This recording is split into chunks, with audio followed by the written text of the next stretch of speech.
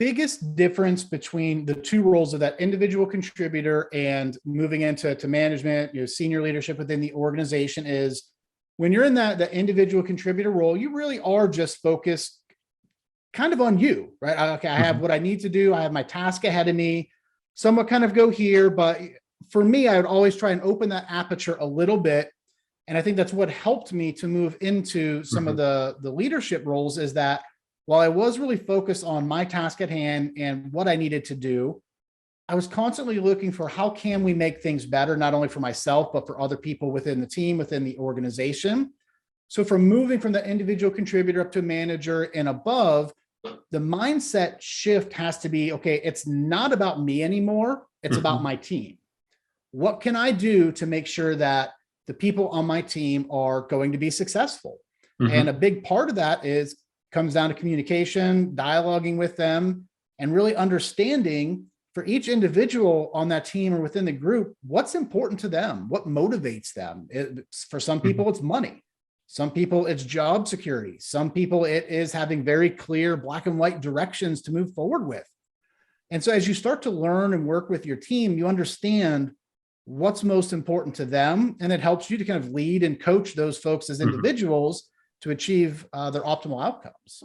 Moving into those leadership positions when you're moving into it for the right reasons. Some people want it because they're going to get a fancier title. Some people are going to want it because maybe they're going to get a pay bump.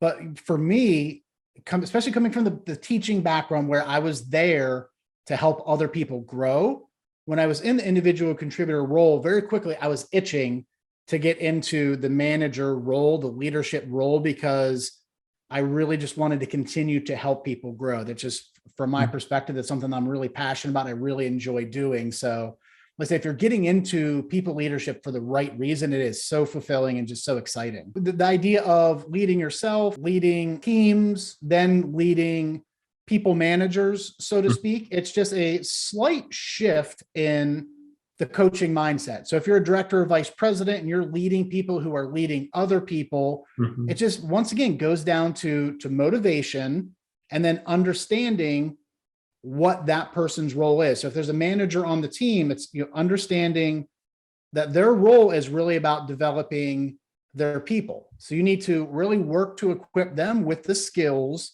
to be able to develop other people, which is, it's a challenging nuance to that. Then as you can tend to get higher in the organization, from there, you have to start to incorporate a little bit more big picture thinking into just, the strategy, the goals, where we're going to be 6 months, 6 years, whatever from now.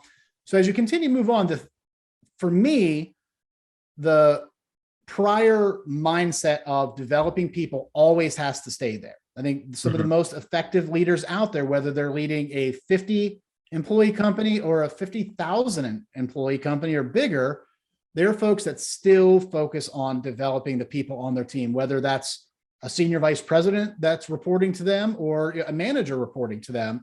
Really, it's how do you develop people to equip them with the skills that they need to do their job best?